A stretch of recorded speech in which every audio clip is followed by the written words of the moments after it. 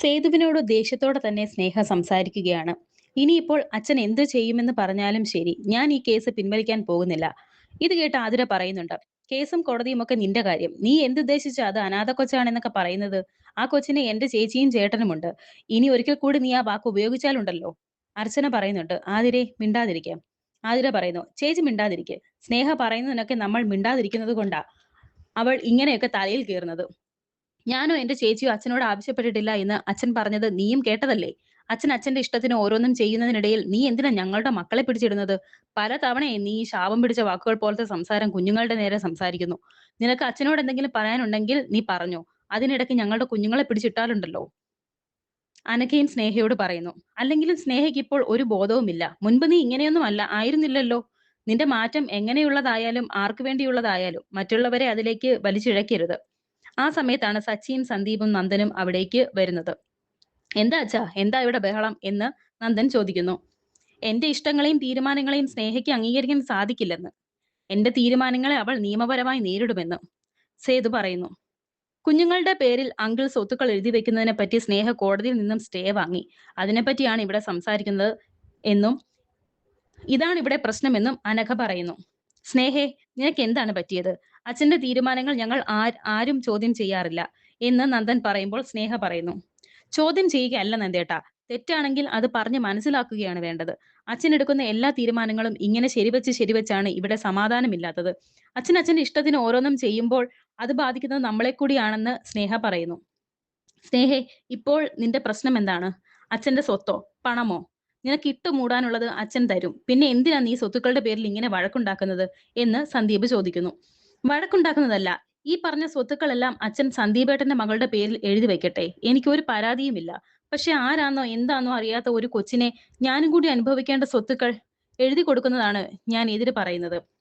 അച്ഛന്റെ ഈ മഹാമനസ്കത നമ്മൾ എല്ലാവരെയും തെരുവിലെത്തിക്കും. ഇത് കേട്ട് സച്ചി പറയുന്നു.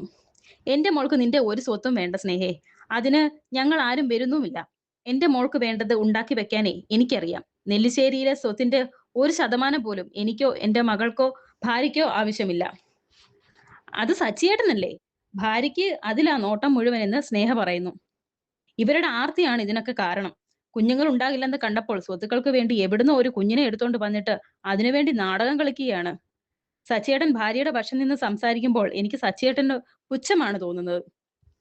നാളെ ഒരു സമയം ഇവർ സ്വത്തുക്കൾക്ക് വേണ്ടി സച്ചിയേട്ടനെ വരെ ചതിക്കും. നോക്കിക്കോ. ഒരു വൃത്തികെട്ട. അത്രയും പറഞ്ഞപ്പോൾ തന്നെ സച്ചി സ്നേഹയുടെ കരണത്തടിച്ചു. എല്ലാവരും അത് കണ്ട് ഞെട്ടി നിൽക്കുന്നു. എന്നെ നീ എന്ത് വേണമെങ്കിലും പറഞ്ഞോ. എന്റെ അർച്ചനയെ എന്തെങ്കിലും പറഞ്ഞാൽ നിന്നെ ഞാൻ കൊന്നുകളയുമെന്ന് സച്ചി സ്നേഹയോട് പറയുന്നു. സച്ചി, നീ എന്തിനാ അവളെ തല്ലിയത്? ഇപ്പോൾ പറഞ്ഞത് തെറ്റാണെങ്കിലും സ്വത്തിന്റെ കാര്യത്തിൽ അവൾ പറഞ്ഞതെല്ലാം ശരിയല്ലേ? അവളും കൂടി അനുഭവിക്കേണ്ട സ്വത്തല്ലേ അച്ഛൻ ഇപ്പോൾ കുഞ്ഞുങ്ങളുടെ പേരിൽ എഴുതി വെക്കാൻ പോകുന്നത്? അച്ഛന്റെ ഇഷ്ടം നടപ്പിലാക്കുമ്പോൾ ഇവിടെ സംഭവിക്കാൻ പോകുന്നത് എന്താണെന്ന് അറിയുവോ? ആ കുഞ്ഞ് ശിവരാമന്റെ മകളാണെന്ന് നിങ്ങൾ പറയുന്നത് വിശ്വസിച്ചുകൊണ്ട് തന്നെ ഞാൻ പറയാം. എന്നെങ്കിലും ഒരു ദിവസം ശിവരാമൻ ഇവിടേക്ക് വന്ന് കുഞ്ഞിനെ വേണമെന്ന് ആവശ്യപ്പെട്ടാൽ കൊടുക്കണം. അങ്ങനെ വരുമ്പോൾ ഈ സ്വത്തുക്കൾ ശിവരാമന്റേതാകും. അങ്ങനെ വല്ലവർക്കും സ്വത്തുക്കൾ കൊടുക്കുന്നത് എന്തിനാ? ഒരു ഉറപ്പുമില്ലാത്ത ഈ കാര്യത്തിൽ അച്ഛൻ ഇനിയെങ്കിലും തീരുമാനം മാറ്റുന്നതാണ് അതിന്റെ ശരിയെന്ന് അവന്തിക. വേണ്ട ഏട്ടത്തി, ഇവരോടൊക്കെ ന്യായം പറയാൻ നിന്നാൽ നമ്മളൊക്കെ മണ്ടന്മാരാകത്തേയുള്ളൂ എന്ന് സ്നേഹ പറയുന്നു. എല്ലാവർക്കും മനസ്സിലാകാൻ പാകത്തിന് ഞാനൊരു കാര്യം പറയാം. എന്നെ തല്ലിയാലും ഇവിടെ ഇട്ട് കൊന്നാലും ശരി, ഇതുപോലെ ഒരു അന്യായം ഈ വീട്ടിൽ നടക്കാൻ ഞാൻ സമ്മതിക്കില്ല. അതിനാര് കോടതി കയറേണ്ടി വന്നാലും എനിക്ക് യാതൊരു പ്രശ്നവുമില്ല. അതിനുവേണ്ടി സുപ്രീം കോടതി വരെ പോകേണ്ടി വന്നാലും ഞാൻ പോയിരിക്കും. ഞാൻ പറഞ്ഞത് ഒരാളൊഴികെ എന്റെ ബാക്കി 2 ആങ്ങളമാർക്കും മനസ്സിലായെങ്കിൽ അവർക്ക് എന്റെ കൂടെ നിൽക്കാമെന്നും സ്നേഹ പറയുന്നു. പറ്റില്ലെങ്കിൽ ഞാൻ ഒറ്റയ്ക്ക് മതി. എനിക്കറിയാം എന്ത് വേണമെന്ന്. ഇത്രയും പറഞ്ഞ് സ്നേഹ മുറിയിലേക്ക് പോകുന്നു. മുറിയിലേക്ക് പോയ സ്നേഹ ദേഷ്യത്തോടെ ഇരിക്കുന്നു. ഇതിനൊക്കെ എങ്ങനെ പകരം ചെയ്യണമെന്ന് എനിക്കറിയാം. കാണിച്ചു തരാം ഞാൻ എന്ന് പറഞ്ഞുകൊണ്ട് പെട്ടെന്ന് തന്നെ ഫോൺ എടുത്ത് ധനുഷിനെ വിളിച്ചു. എനിക്കിപ്പോൾ ഒരു കാര്യം അറിയണം. കാര്യമൊക്കെ ഞാൻ പറയാം. ആദ്യം നീ എന്റെ കൂടെ നിൽക്കുവോ ഇല്ലയോ എന്നാണ് അറിയേണ്ടത് എന്ന് സ്നേഹ പറയുമ്പോൾ ധനുഷ് പറയുന്നു. മരിക്കാനായാലും ഞാൻ നിന്റെ കൂടെ നിൽക്കും. അതുപോരെ? നിന്നെ വിശ്വസിക്കാലോ അല്ലേ എന്ന് സ്നേഹ ചോദിക്കുമ്പോൾ ധനുഷ് പറയുന്നു. നിനക്ക് തന്ന വാക്ക് തെറ്റിച്ചാൽ ഞാൻ മരിച്ചുവെന്ന് കരുതിയാൽ മതി. ഇനി ഞാൻ പറയുന്നത് ശ്രദ്ധിച്ച് കേൾക്കണമെന്ന് സ്നേഹ അങ്ങനെ ചില കാര്യങ്ങൾ ധനുഷിനോട് പറയുന്നു. എന്താ ഇത് ചെയ്യാൻ പറ്റില്ലേ എന്ന് സ്നേഹ ചോദിക്കുമ്പോൾ ചെയ്യാം, എല്ലാത്തിനും നിന്റെ കൂടെ ഞാനുണ്ട്. ഇത് നമുക്ക് നല്ലതിനാണെന്നും ധനുഷ് പറയുന്നു. പിന്നീട് കാണിക്കുന്നത് പിറ്റേ ദിവസം രാവിലെ നെല്ലിശ്ശേരിയിൽ അർച്ചനയും ആതിരയും കുഞ്ഞുങ്ങളെ മടിയിൽ വെച്ച് കളിപ്പിക്കുന്നു. ഇത് കണ്ട് സന്തോഷിക്കുകയാണ് സേതുമാധവൻ. ഈ സമയം വക്കീൽ സേതുവിനെ വിളിക്കുന്നു. വക്കീൽ ഫോൺ വെക്ക്, ഇതിന് പരിഹാരം ഞാൻ ഉണ്ടാക്കിക്കോളാം എന്ന് പറഞ്ഞ് ഉടൻ തന്നെ ഫോൺ വെച്ചിട്ട് സ്നേഹയെ അവിടേക്ക് വിളിക്കുകയാണ് സേതുമാധവൻ. അനഘയും അപ്പോൾ അവിടേക്ക് വരുന്നു. അനഘയോട് സ്നേഹയെ വിളിച്ചുകൊണ്ട് വരാൻ പറഞ്ഞു വിടുകയാണ് സേതു. അർച്ചന എന്താണെന്ന് ചോദിക്കുമ്പോൾ സേതു കാര്യം പറയുന്നു. അച്ഛാ, ഇനിയിപ്പോൾ ഇതിന്റെ പേരും പറഞ്ഞ് അവളോടൊരു വഴക്ക് വേണ്ട. ഞാൻ പറഞ്ഞതല്ലേ അതൊന്നും വേണ്ടാന്ന്. അതിനെക്കുറിച്ച് സംസാരിക്കുമ്പോഴൊക്കെ ഈ വീട്ടിൽ വഴക്കാണ് എന്ന് അർച്ചന പറയുന്നു. അതെ അച്ഛാ, നമുക്ക് ഇതിനെപ്പറ്റി പിന്നീട് ആലോചിച്ചാൽ പോരെ. നമ്മുടെ കുഞ്ഞുമക്കൾക്ക് ഒരു സ്വത്തും ഇപ്പോൾ വേണ്ട. അതിന്റെ പേരിൽ ഒരു വഴക്ക് വേണ്ടെന്നും ആതിര പറയുകയാണ്. ഇത് കേട്ട് സേതു പറയുന്നു, സ്വത്ത് എഴുതുന്നതും വഴക്കിനെ കുറിച്ച് ഒന്നുമല്ല ഇപ്പോൾ ഞാൻ അവളോട് ഇപ്പോൾ ഞാൻ അവളോട് പറയുന്നത്. ഞാൻ പറഞ്ഞ ഒരു കാര്യം അവൾ കേട്ടില്ല. കേസ് പിൻവലിക്കാൻ ഞാൻ പറഞ്ഞിട്ടും അവൾ എന്താണ് അനുസരിക്കാത്തത് എന്ന് എനിക്കറിയണം. അങ്ങനെ ഈ വീട്ടിൽ എന്റെ ചിലവിൽ ജീവിച്ചുകൊണ്ട് എന്നെ അനുസരിക്കാതെ എത്ര കാലം ഇവിടെ ജീവിക്കുമെന്ന് എനിക്കറിയണം. അതിനാണ് അവളെ ഞാൻ വിളിപ്പിക്കുന്നത്. എന്നെ അനുസരിച്ചില്ലെങ്കിൽ ഇവിടെ നിന്ന് ഇറങ്ങിപ്പോകാനും ഞാൻ പറയും. വയസ്സാകും തോറും വാക്കിന് വിലയില്ലാതെ ജീവിക്കുന്ന ഒരച്ഛനാകാൻ സേതുമാധവൻ ജീവിച്ചിരിക്കുന്നിടത്തോളം തീരുമാനിച്ചിട്ടില്ലെന്നും സേതു പറയുന്നു. അനഘ മുകളിലേക്ക് പോയിട്ട് തിരിച്ചു വരികയാണ്. സ്നേഹ മുറിയിലില്ല. അവിടെ എങ്ങും അവളെ നോക്കിയിട്ട് കാണുന്നില്ല എന്ന് പറയുന്നു. അവന്തിക താഴേക്ക് നോക്കുന്നുണ്ട്.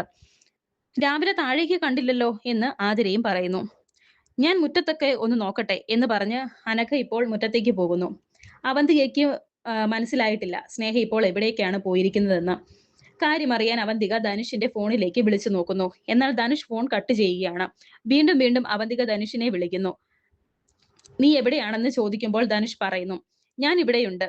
അവന്തിക പറയുന്നു, ഇന്ന് സ്നേഹ നിന്നെ കാണാനോ മറ്റോ വന്നിരുന്നോ? ഇങ്ങോട്ട് വന്നില്ല. എന്താ കാര്യമെന്ന് ധനുഷ്.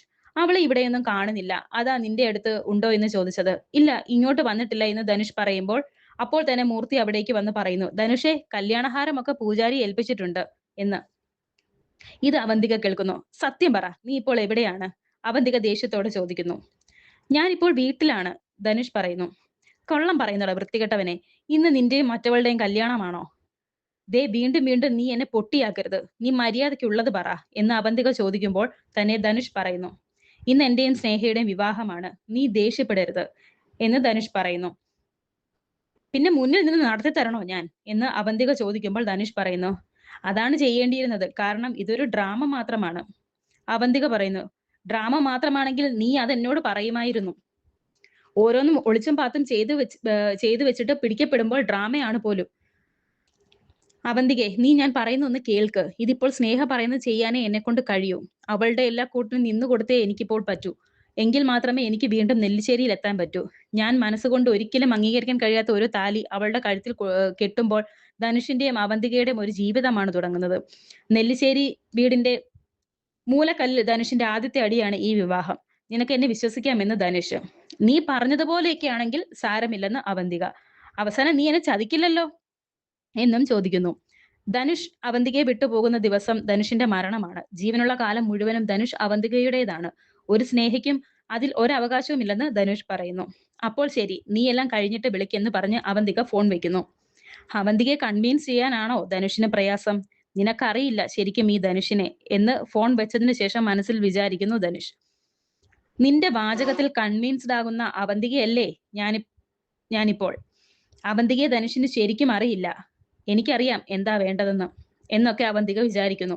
അനഘ ഈ സമയം എല്ലാവരോടും വന്ന് പറയുന്നു, സ്നേഹയെ ഞാൻ പുറത്തൊക്കെ നോക്കി, അവിടെ എങ്ങും അവളെ കാണുന്നില്ല. ഉടൻ സേതു സ്നേഹയുടെ ഫോണിലേക്ക് വിളിക്കുന്നു. സ്വിച്ച് ഓഫ് എന്നാണ് പറയുന്നത്. ഇനി അമ്പലത്തിലോ മറ്റോ പോയോ എന്ന് പറയുന്നു. അതെ, അവൾ അമ്പലത്തിലേക്ക് തന്നെ ആയിരിക്കും പോയത്. അത് പക്ഷെ ഈശ്വരനെ കാണാനല്ല എന്ന് അവന്തിക അവിടെ വന്ന് എല്ലാവരോടും പറയുന്നു. ചേച്ചി എന്താ ഈ പറയുന്നത്?